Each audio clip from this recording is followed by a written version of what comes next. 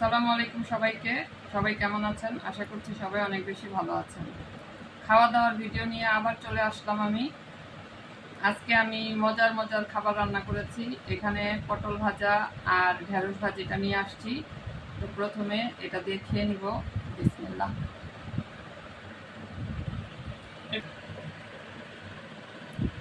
পটল ভাজাটা মজা হয়েছে না।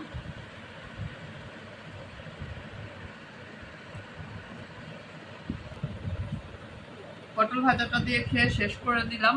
এখন আমি ঢেঁড়স ভাজিটা ট্রাই করছি।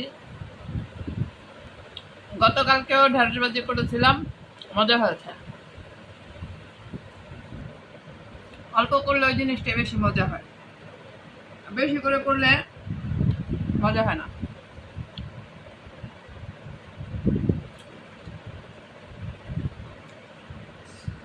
ঢেঁড়স ভাজি দিয়ে খেয়ে এখন নিয়ে আসছি আলু দিয়ে লইটা মাছের শুটকি রান্না করেছিলাম। তো শুটকির তরকারিটা দিয়ে ভাত খাবো একদম মনের মতো করে, তাই আপনাদের সাথে ভিডিওটা শেয়ার করছি।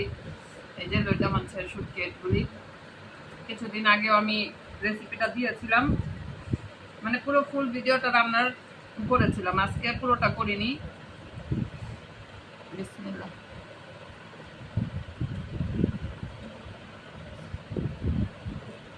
অনেক মজা। শুটকির তরকারি দিয়ে ভাত খেতে তো ভালো লাগে অনেক। আর যারা পছন্দ করে না তারা অনেক বড় একটা জিনিস মিস করে যায়।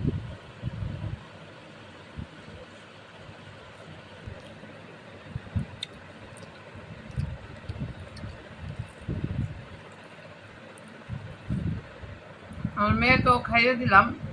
ওর এই লোটা শুটকি দিয়ে আলুটা রান্না করলে ওর অনেক পছন্দ হয়।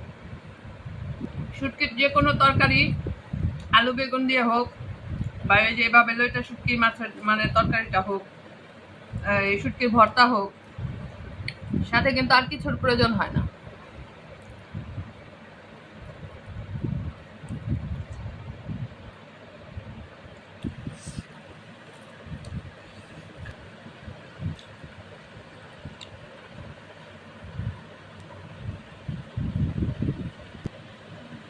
আঙুল চেটে পুটে ভাত খাওয়ার মতো আজকে অবস্থা। অনেক মজা পেয়েছি খেয়ে, আলহামদুলিল্লাহ, আল্লাহর কাছে শুক্রিয়া।